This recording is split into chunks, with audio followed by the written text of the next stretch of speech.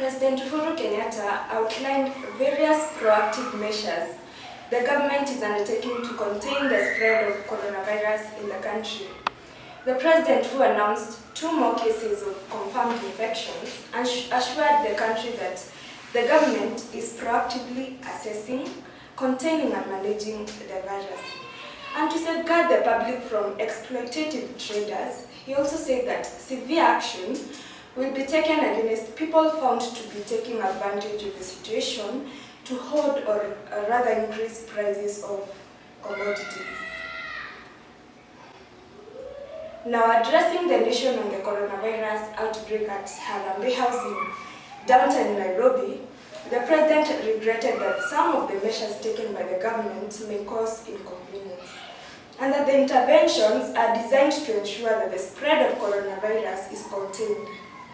In addition, the head of state expressed optimism that the country will overcome the virus and that every single Kenyan has a responsibility in containing the outbreak. Following the confirmation of 2 additional cases, the President announced that the government has suspended entry of all persons coming into Kenya from any country with reported coronavirus cases, emphasizing that only Kenyan citizens and foreigners with valid residence permits will be allowed to enter Kenya, provided they take up self-quarantine or check into a government-designated quarantine facility. Additionally, the President said that all persons who have come into Kenya in the last 14 days must self-quarantine, while any person who exhibits symptoms such as cough or fever should present themselves to the nearest health facility for testing. In conclusion, the President also announced the suspension of learning activities in all educational institutions with immediate effect. That is, for those in boarding institutions, the school should ensure that the students are home by Wednesday, 18th March, while those in universities and tertiary institutions are to close by Friday, 20th March this year. Now, for businesses, President Kenyatta advised government offices, businesses and companies to allow employees to work from home with the exception of employees involved in the provision of critical or essential services. So in order to avoid the risk of transmission through physical handling of money, His Excellency encouraged the use of cashless transactions such as mobile money and credit cards. We are working very closely with counties, and just as I thanked members of the media for the good work they are doing, especially in this particular case, I also want to take this opportunity to thank county governments across the country who are also taking decisive measures to ensure that they have isolation facilities in each of their counties. I know a good number have. I know Meru, Kisumu, Nakuru, Mombasa, Machakos, just to name a few. We are indeed working very closely with county governments. We appreciate the way they have come out strongly, and we will continue to partner together to ensure that we defeat this disease. I want to assure you that we are doing everything possible, and they are indeed being briefed.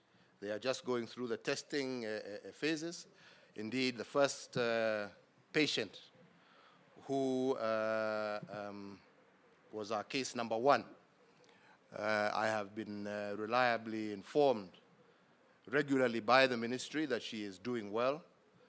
They are indeed looking after her, and I want to assure all Kenyans that the government will ensure that any patient who has come into contact with this disease will be given full support to ensure that they are able to recover. As we know, it is not many across the globe have been infected but have also recovered.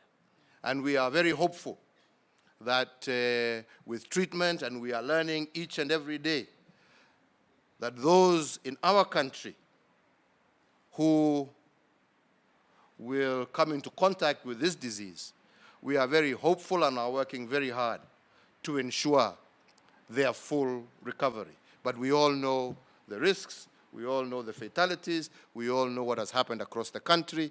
We are just saying that we will do everything in our power to ensure that we minimize loss of life and maximize recovery, full recovery of all those who have been affected by it. We are very grateful to, like we said, all who are playing their part, including our business people, our shop owners, our supermarket owners, our chemists, everybody who is playing their part. However, I would like to really emphasize on one point, that we shall also equally not entertain, hoarding or raising prices to mwananchi, taking advantage of this situation to create artificial shortages so that mwananchi is made to pay more. The Competition Authority has already been given clear instructions, and they will be moving around. And anybody who is seen to have taken unnecessary and undue advantage of this particular crisis to make our citizens pay more than they should, serious and severe action will be taken against those who perpetuate in that ungodly act.